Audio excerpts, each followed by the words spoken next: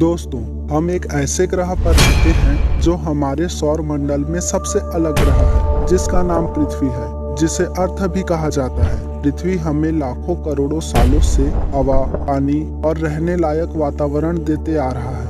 लेकिन क्या आप जानते हैं पृथ्वी की उत्पत्ति कैसे हुई? हमारा चांद कैसे बना? हम स्कूलों और किताबों में तो यही पढ़ते आ रहे हैं कि हमारी पृथ्वी सूर्य से निकली हुई आग का गोला था और हमारा चांद पृथ्वी से बना है, जो कि समय के साथ साथ ठंडा हो गया। लेकिन क्या आपने कभी सोचा है आग का गोला ठंडा कैसे हुआ? धधकती गर्म पृथ्वी में पानी कहाँ से आया? क्या पृथ्वी पर रहने लायक वातावरण था? आखिर चांद का निर्माण कैसे हुआ? दोस्तों, इन सवालों के जवाब जानने के लिए हमें 5 अरब साल पीछे जाना होगा। चलिए आज चलते हैं समय के फ्लैशबैक में, तभी पता चलेगा कि पृथ्वी और चांद कैसे बना।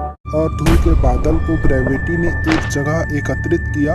अब अंतरिक्ष में कई गैसों की मदद से एक बहुत बड़ा धमाका हुआ। इस धमाके से बहुत बड़ा आग का गोला बना, जिसे बाद में सूर्य की शक्ल ले ली। इस धमाके के कारण चारों तरफ धूल के कण फैल गए। ग्रेविटी ने इन धूल के कण को पत्थरों में बदल दिए। धीरे धीरे ये टुकड़े गुरुत्वाकर्षण के कारण आपस में जुड़ने लगे थे। अब इस सूर्य के चक्कर पत्थर और धूल के कण लगा रहे थे।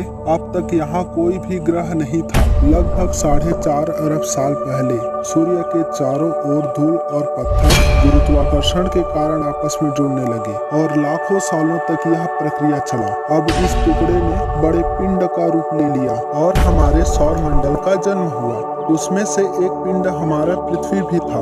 उस समय हमारी पृथ्वी बहुत गर्म हुआ करती थी और आग के गोले के रूप में था, जिसका तापमान 1200 डिग्री सेल्सियस तक था। इस समय यह नर्क जैसा था। इस समय पृथ्वी का जमीन उबलते हुए लावा से ढकी हुई थी। इस समय ना ही वायुमंडल था और ना ही वातावरण, लेकिन अतीत को कुछ और ही मंजूर था। उस समय हमारी पृथ्वी के साथ एक बहुत ही बड़ा घटना घटने वाला था। उस समय मंगल से भी बड़ा ग्रह 50 किलोमीटर प्रति सेकंड की रफ्तार से पृथ्वी में जा टकराया, जिसमें कई ट्रिलियन धातु पृथ्वी से बाहर निकल गया और ये ग्रह पृथ्वी में जा समाया। इसके टक्कर से हल्के पदार्थ अंतरिक्ष में बिखर गए और चारों तरफ फैल गए। धीरे धीरे ये गुरुत्वाकर्षण के कारण आपस में जुड़ने लगे और इससे एक नए पिंड का निर्माण हुआ। यह पिंड हमारा चांद था। उस समय चांद हमारी धरती से 22,000 किलोमीटर था, जबकि आज ये 4 लाख किलोमीटर दूर है। उस समय यह घटना नहीं हुई होती तो आज पृथ्वी के पास चांद नहीं होता